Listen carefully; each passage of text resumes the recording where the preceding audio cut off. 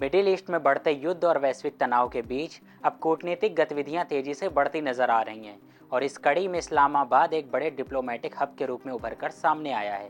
मिस्र के विदेश मंत्री बद्र अब्देलत्ती और तुर्की के विदेश मंत्री हाकान फिदान पाकिस्तान पहुंच चुके हैं, जबकि सऊदी अरब के विदेश मंत्री प्रिंस फैसल बिन अरफान अल सऊद के भी उस उच्च स्तरीय बैठक में शामिल होने की पुष्टि हो चुकी है।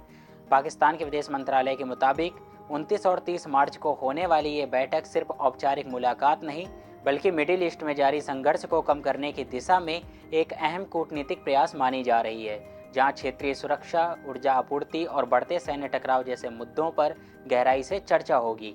इस पूरे घटनाक्रम में सबसे महत्वपूर्ण भूमिका पाकिस्तान निभाने की कोशिश कर रहा है, जो खुद को एक संभावित मध्यस्थ के तौर पर स्थापित करना चाहता है। पाकिस्तान के उप प्रधानमंत्री और विदेश मंत्री इराक डार ने पहले ही स्पष्ट कर दिया है कि ये बैठक रूटीन डिप्लोमेसी नहीं बल्कि एक स्ट्रैटेजिक डायलॉग होगी, जिसमें मिडिल ईस्ट में तेजी से बिगड़ते हालात को कंट्रोल करने के विकल्पों पर विस्तार से विचार किया जाएगा। ये भी तय है कि सभी विदेश मंत्री पाकिस्तान के प्रधानमंत्री शहबाज शरीफ से मुलाकात करेंगे, जहां क्षेत्रीय शांति, युद्ध विराम और संभावित मध्यस्थता के फ्रेमवर्क पर चर्चा हो सकती है। इस बैठक का एक और महत्वपूर्ण पहलू ये भी है कि ये ऐसे समय में हो रही है जब ईरान और अमेरिका के बीच तनाव चरम पर है और इसराइल के साथ जारी टकराव लगातार बढ़ रहा है। ऐसे में पाकिस्तान ने खुलकर अमेरिका और ईरान के बीच मध्यस्थता की पेशकश की है। इसाक डार के अनुसार दोनों देशों के बीच अप्रत्यक्ष बातचीत पहले से जारी है, जिसमें पाकिस्तान एक कम्युनिकेशन ब्रिज की तरह काम कर रहा है, यानी सीधे बातचीत भले न हो लेकिन संदेशों का आदान प्रदान पाकिस्तान के जरिए हो रहा है। ये संकेत देता है कि पर्दे के पीछे डिप्लोमेटिक चैनल्स पहले से सक्रिय हैं और ये बैठक उन प्रयासों को औपचारिक दिशा देने का मंच बन सकती हैं।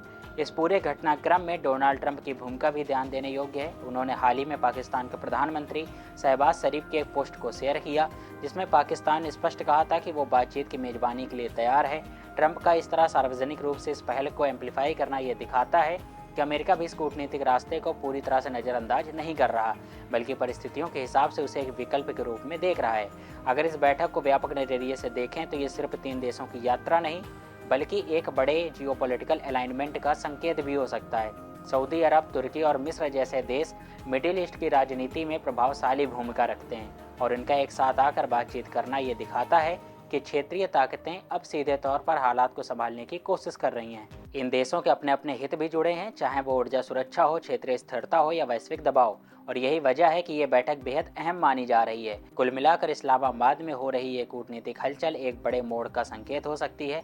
अगर यहाँ से कोई ठोस समाधान निकलता है तो ये मिडिल ईस्ट संकट को कम करने की दिशा में एक बड़ा कदम साबित हो सकता है, लेकिन अगर बातचीत केवल बयानबाजी तक सीमित रह जाती है तो ये भी साफ हो जाएगा कि हालात अभी नियंत्रण से बाहर होते जा रहे हैं। यानी ये बैठक सिर्फ एक डिप्लोमेटिक इवेंट नहीं बल्कि आने वाले समय की दिशा तय करने वाला एक अहम मोमेंट बन सकती है। इस खबर के साथ मैं धीरेन्द्र सिंह और आप देख रहे हैं न्यूज़ टाइम नेशन। अगर ये वीडियो आप यूट्यूब पर देख रहे हैं तो चैनल को सब्सक्राइब कीजिएगा। अगर ये वीडियो आप फेसबुक या इंस्टाग्राम पर देख रहे हैं तो हमारे पेजेस को फॉलो जरूर कीजिएगा।